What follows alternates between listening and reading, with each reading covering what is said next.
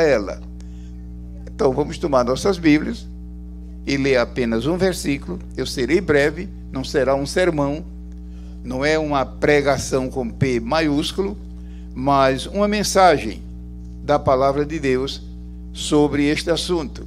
A casa, essa casa é você e eu. Essa casa que Jesus mencionou é o nosso ser. Você que está me ouvindo é você, sou eu. A casa construída sobre a rocha e os ataques do inimigo contra ela. E é interessante, irmãos, que quando as pessoas geralmente mexem com essa passagem da casa, muitos só destacam as duas casas. Muitos só destacam os dois alicerces. Muitos só destacam os dois edificadores. Nesta noite eu não vou fazer isso. Eu não vou falar sobre a casa. Não vou falar sobre os edificadores. Eu vou falar sobre os ataques do inimigo contra a casa construída sobre a rocha. É Mateus capítulo 7 e versículo 25. Que diz assim: e desceu a chuva, e correram rios, e assopraram ventos, e combateram aquela casa, mas não caiu, porque estava edificada sobre a rocha.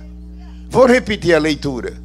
Eu imagino como aquela multidão lá na Galileia ficou estupefacta, porque são os capítulos 5, 6 e 7. E como foi que Jesus iniciou o sermão e como foi que encerrou? Aqui está o encerramento. E desceu a chuva que se trata aqui, irmãos, é chuva no sentido tempestuoso. Quem é que não gosta da chuva quando é brandinha, em forma de orvalho, principalmente se a pessoa está calorenta? Não! Aqui chuva é chuva tempestuosa, diluvial. E só você agora usando de bom senso e criando da sua mente o quadro. Se bem que o Espírito Santo pode criar isso num instante dentro de você. Imagine uma casa sendo atingida por chuva diluvial, tempestuosa. E nós podíamos citar exemplos se fosse necessário. A chuva, ela vem do alto. De onde vem a chuva? Não vai me dizer que vem dos lados. Não vai me dizer que a chuva vem de baixo. A chuva vem de cima. E a chuva ataca o quê? O telhado. Qual é a lição espiritual que Jesus estava ensinando? Que o primeiro ataque do diabo contra o crente é para atacar o lado de cima da casa, ou seja, estragar, corromper e destruir nossa comunhão com o alto. Alto que eu digo com A maiúsculo. O céu. A palavra tão usada na Bíblia para o céu, o alto, poder do alto. Desceu a chuva. Lembre-se que aqui não se trata de chuva benéfica. Não, é uma bênção para as plantas, para os animais, para a grama, para você. Não, aqui é chuva tempestuosa, diluvial, destruidora. A chuva ataca o quê? O topo, o telhado da casa. Qual é a lição espiritual? Que o primeiro ataque do inimigo, quase sempre o ataque é disfarçado, o ataque é camuflado, é contra o teto da casa. Isso fala de quê? Ataque contra destruir a nossa comunhão com Deus ou enfraquecê-la. Pensemos nisso. Ele terminou o sermão com esta mensagem maravilhosa. A casa, a chuva, ela não ataca os lados, nem os alicerces, é o topo, o teto, a parte de cima. Como é que está a parte de cima, espiritualmente falando, da nossa casa? Será que não está sob ataque do inimigo de maneira disfarçada que a pessoa nem nota? Mas ele disse aqui no versículo 25, desceu a chuva. Mas veja em seguida o versículo, correram rios. Rio é embaixo. Rio, córrego, ele corre embaixo e ataca o quê? Os alicerces. Os alicerces. Rio não tem nada com o topo. Rio não tem nada com as paredes. Rio tem a ver com o alicerce, para justamente destruir. Qual é o alicerce espiritual do crente? A fé. O justo viverá da fé. Viverá da fé. Então a fé não é apenas uma coisa super importante, é essencial. A Bíblia diz que o justo viverá da fé. Se uma pessoa, um ser humano, eu espero que não aconteça isso, de repente, num acidente, numa enfermidade, não sei o que, perde um pé, perde uma perna, perde um braço, nem por isso irá morrer. Depende. Mas se uma pessoa num acidente, não sei, perde a cabeça, não tem como sobreviver. Perde o coração, não tem como sobreviver. Por quê? São órgãos vitais, vitais, vitais.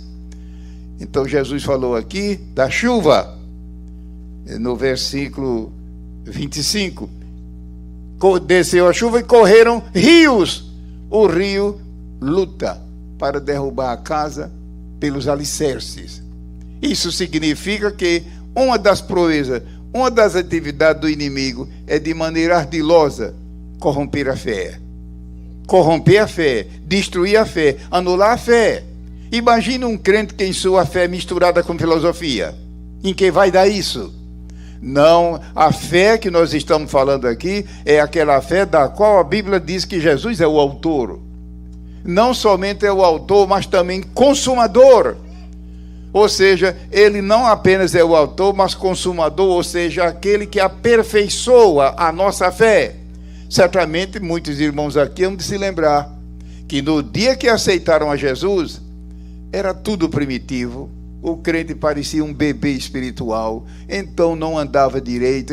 E hoje, depois de meses e anos e anos e anos, eu creio que você está firme, igual uma rocha. E isso por quê? Porque a fé da qual Cristo é o autor, a fé da qual ele disse, não negaste a minha fé, a fé dele. Então você está vendo que eu não estou falando aqui de fé no sentido social.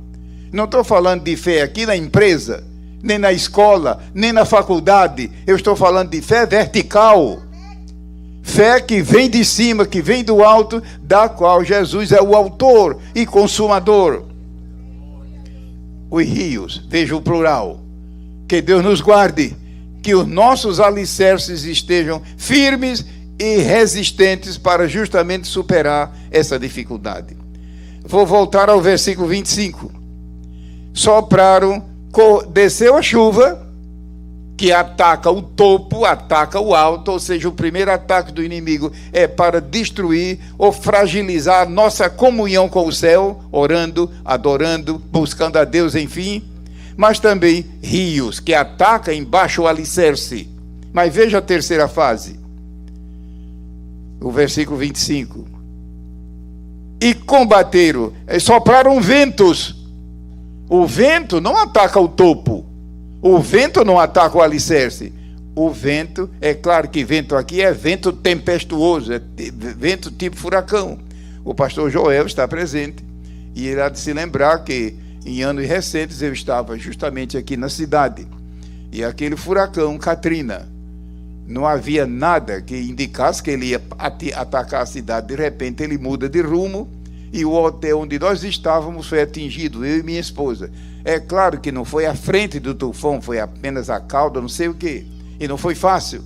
Lá ficamos aproximadamente 3 dias e 3 noites, sem comida, sem água, sem telefone, sem nada.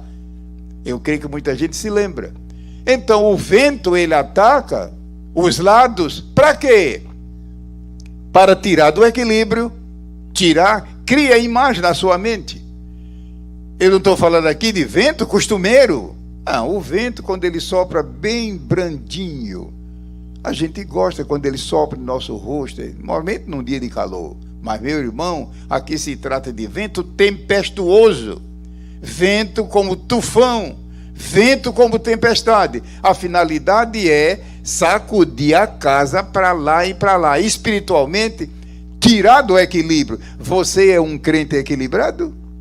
Ou seja, centrado, que nem pende para a direita nem para a esquerda. Sempre, sempre, sempre, sempre que Deus fala disso na Bíblia, Eu já estive fazendo um levantamento de lidar com línguas originais. A gente penetra fundo com a ajuda de Deus. 11 vezes na Bíblia, Deus avisa: não te desvie, nem para a direita nem para a esquerda. Nunca Deus diz: não te desvie para a esquerda e para a direita. Você está acompanhando, não é meu raciocínio, é o raciocínio de Deus na Bíblia.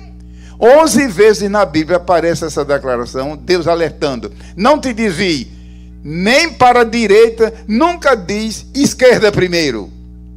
Você não desconfia que o maior perigo do crente é se desviar para a coisa certa?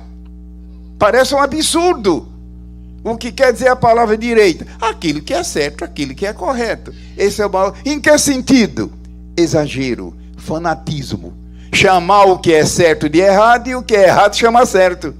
Como no tempo do profeta Isaías, quando Deus disse: ai de vós que chamais ao certo errado e ao errado certo. É obra do inimigo.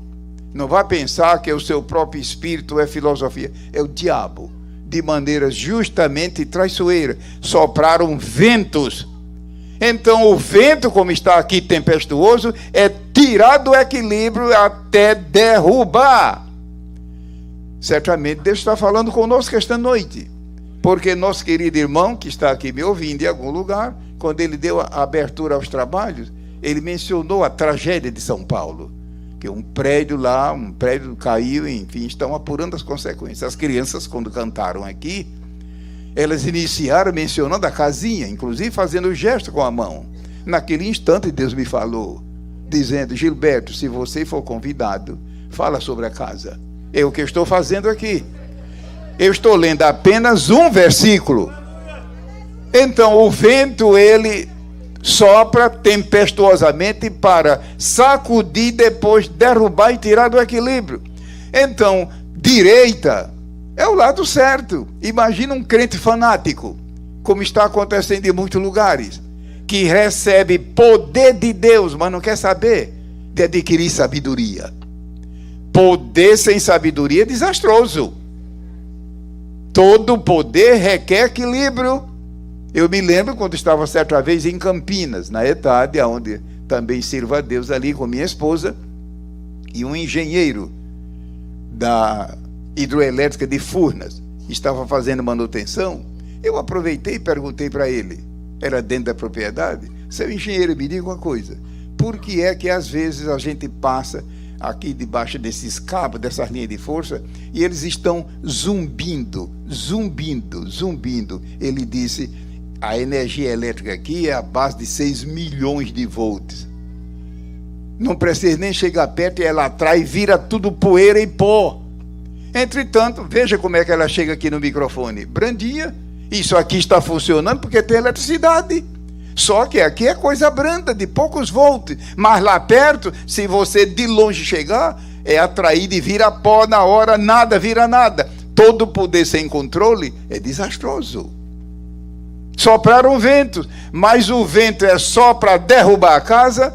Não, meu irmão, o vento sopra contra as paredes. Qual é a figura de parede do sentido espiritual? Meu próximo, que está ao meu lado.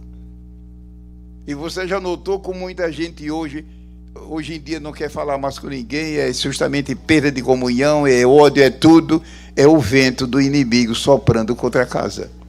Não é somente no sentido de trazer a oscilação.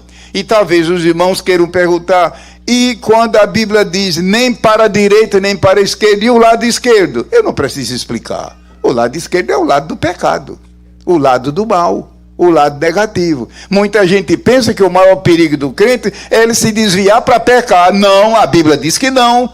O maior perigo é para o lado direito, para a coisa certa. Por quê? Todo poder sem controle é perigoso, é destruidor. Deus derrama poder até transbordar.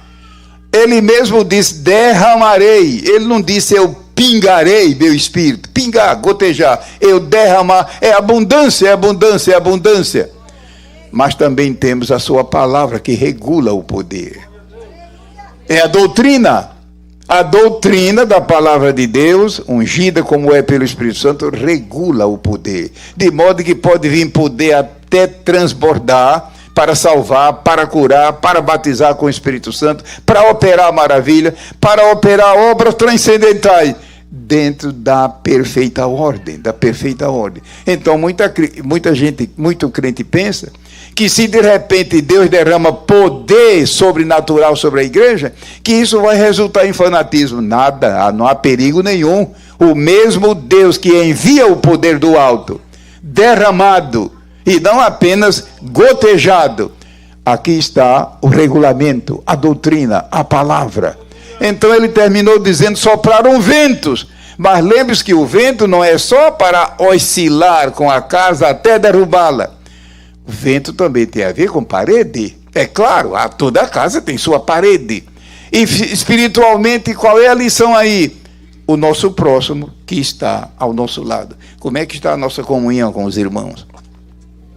Como é que está a nossa amizade, então, com o próximo, enfim, seja ele quem for, família, vizinho, enfim. Pode ser que alguém aqui esteja enfrentando esse clima. É bom orar. Então, voltando ao versículo 25, desceu a chuva. Lembre-se que é chuva destruidora. A chuva comum é uma bênção para as plantas, para tudo, enfim. Quem não sabe disso? Desceu a chuva, correram rios. Lembre-se que não é rio no sentido comum. É rios tempestuosos e com a finalidade de arrasar com os alicerces. Qual é esse alicerce espiritual? Aonde nossa casa está apoiada?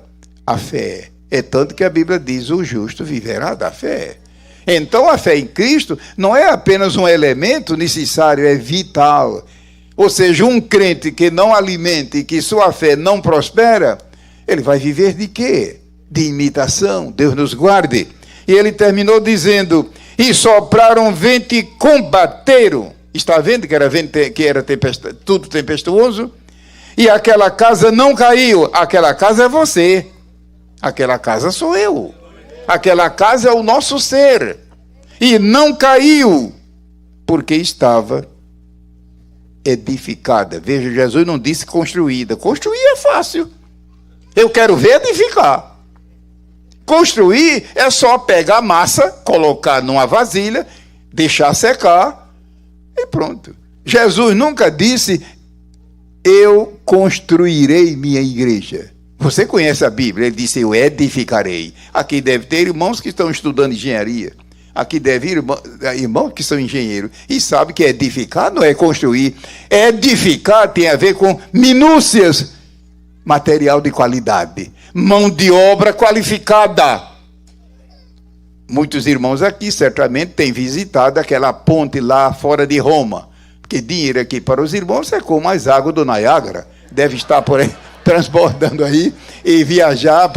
Mas quando você for a Roma da próxima vez, visita aquela ponte logo depois de Roma, que foi construída 146 anos antes de Cristo. Está lá, firme igual uma rocha, e é dela que vem essa palavra pedágio. Qualquer brasileiro sabe o que é pedágio. Pedágio. Vem de lá essa palavra. Eu não vou dar detalhes, que não tem nada a ver com a nossa mensagem. Mas é uma ponte histórica e hoje até carreta pode. Hoje o governo proíbe carreta porque a ponte é usada para turismo. Mas está de pé. Por quê? Foi construída, foi edificada e não construída. Aquela outra ponte que tem lá em cima no Rio Jordão, que foi mais de 300 anos antes de Cristo, está de pé. Jesus nunca disse: eu construirei minha igreja, eu edificarei. E o versículo que diz: estava edificada. Construir é fácil, do dia para a noite. Eu não sou contra a quantidade, Deus me guarde, nós queremos uma igreja com quantidade, mas ao mesmo tempo com qualidade. Edificar tem a ver com qualidade, pensemos nisso. Estava edificada. Sim, mas isso é sinônimo. Dê uma olhada no texto original para ver se é sinônimo. Não é. Construir é fácil, mas edificar é muito mais custoso. Meticulosidade, e além disso mão de obra e material de primeira qualidade, enfim. Por que é que muitos estádios e prédios e tudo ruem e cai por terra? Quando a perícia é feita, se descobre que foi material de má qualidade. Talvez até o engenheiro foi orientada a colocar material de primeira, mas alguém entrou no meio, falsificou tudo. Jesus disse: estava edificada sobre a rocha. Essa rocha é nosso Senhor Jesus Cristo, a rocha eterna, que nós tanto cantamos hinos e oramos, e é uma rocha eterna que nunca, nunca, jamais falhará nem fluirá. Nós estamos construindo sobre ela. Era essa mensagem que gostaria de deixar com a igreja em Mateus 7, 25. Mas lembre-se que o primeiro ataque do inimigo vem sobre a comunhão com Deus. Atacou o teto da casa. Espiritualmente, a maior preocupação do inimigo é enfraquecer a nossa comunhão com o alto, a nossa comunhão com Deus, a nossa comunhão com o céu, através da reflexão, da meditação, da oração, do jejum, da palavra, da vida cristã, enfim. Que a mão do Senhor esteja mais e mais poderosamente sobre todos aqui, para mais e mais a igreja aqui caminhar firme para o céu. E as pessoas que estão nos ouvindo e ainda não são salvas, veja, eu não estou dizendo crentes, nem estou depondo. É muito melhor ser crente do que... Eu estou falando aqui de salvo, porque Jesus salva. Jesus salva agora. Jesus salva completamente, não é 20%. Irmão, me diga uma coisa, irmã, a senhora é salva? Sim, mas como? Olha, da maneira que eu sou, eu acho que eu sou salva, uns 70%. Conversa. Jesus salva de uma vez. A Bíblia diz: se alguém está em Cristo, nova criatura, não diz era, nem diz será, nova criatura é. Creia nisso. Mas, senhor pregador, da maneira que eu sou, uma pessoa decaída, meu Deus, tantas vezes já tentei, não consiga. Creia nesta noite, venha a Ele esta noite. Deus nunca decepcionou ninguém. Mas eu fui à frente, não sei aonde, pela rádio, fiz tudo e não mudou nada. Conversa, houve hipocrisia aí no meio, mentira. Deus nunca decepcionou, nem decepcionará ninguém. Toda pessoa que vem a Deus humilhada, contrita, arrependida, Deus na hora atende pela sua graça, sua magnanimidade, sua grandeza, seu amor, sobre sua misericórdia. Nós estamos anunciando esta noite um Jesus amoroso, magnânimo, paciente, tolerante. Venha a Ele esta noite se você não é salvo. Quem sabe se amanhã não vai ser muito tarde. É hoje. A Bíblia diz: hoje é dia de salvação. Amém. Pastor